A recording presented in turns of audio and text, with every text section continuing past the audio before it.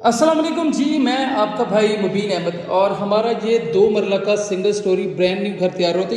इस टाइम हम इस करके मास्टर साइज़ के बेडरूम है, जहाँ पर खूबसूरत सी टाइल फ्लोरिंग है। वॉल डिज़ाइनिंग पर जो है आपका काम देख सकते हैं, बहुत खूबसूरत सीलिंग के डिज़ाइन सिंपल रखे गए हैं और बड़ा ज़बरदस्त है। और एक मास्टर साइज़ में ये इस घर का बेडरूम रखा गया है। साथ में इस घर का पहले वेंटिलेशन एरिया दिखा दूँ, मोटर पंप यहाँ पर लगा के देंगे, गीज़र वाली वायरिंग की गई है और ये इस घर का जो है अटैच है, बाथ के साथ आपको मिलता है।